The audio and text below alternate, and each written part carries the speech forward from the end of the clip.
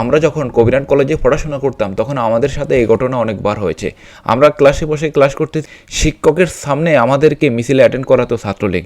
তো ওখানে শুধু ছাত্রলীগের লোক ছিল বিষয়টা এমন না, ওখানে ছাত্রদল, বিএনপি এবং কি শিবিরের সব ধরনের ছাত্র ছিল, তাদেরকে অ্যাটেন্ড করাতো। তো এই মিছিলটা কাদের বিরুদ্ধে হতো? কখনো বিএনপির বিরুদ্ধে হতো, কখনো জামাতের বিরুদ্ধে হতো, কিন্তু ইচ্ছা অনিচ্ছায় সবাইকে সেই মিছিলে অ্যাটেন্ড করা লাগতো। আজকে যে গুপ্ত শব্দটা ব্যবহার করা হচ্ছে এটি শুধু ছাত্র শিবির না, এটা ছাত্রদল, বিএনপি, জামাত সবার জন্য প্রযোজ্য ছিল। কারণ সে সময় সব জায়গায় সবসময় ওপেনলি কেউ সংগঠন করতে পারে নাই, কোথাও পেরেছে কোথাও পারে নাই। সুতরাং গুপ্ত শব্দটা যদি লাগাতে হয়, বিএনপির সাথেও লাগাতে হবে, জামাতের সাথে লাগাতে হবে, ছাত্র শিবিরের সাথে লাগাতে হবে এবং ছাত্র দলের সাথেও লাগাতে হবে। আজকে যারা সাদেক ক্যাম্প কিংবা এসাম ফরাদকে ছাত্রলীগ ত্যাগ দিচ্ছেন তাদেরকে মনে রাখতে হবে, কলেজ বিশ্ববিদ্যালয়ে যারা পড়েছেন তারা জানেন পরিস্থিতিটা কেমন ছিল।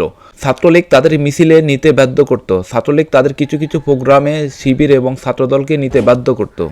সেই দুর্দিনের কথা, সেই বিভীষিকাময় সময়ের কথা যদি আমরা ভুলে যাই, আমাদের জন্য আবারও দুর্দিন অপেক্ষা করছে।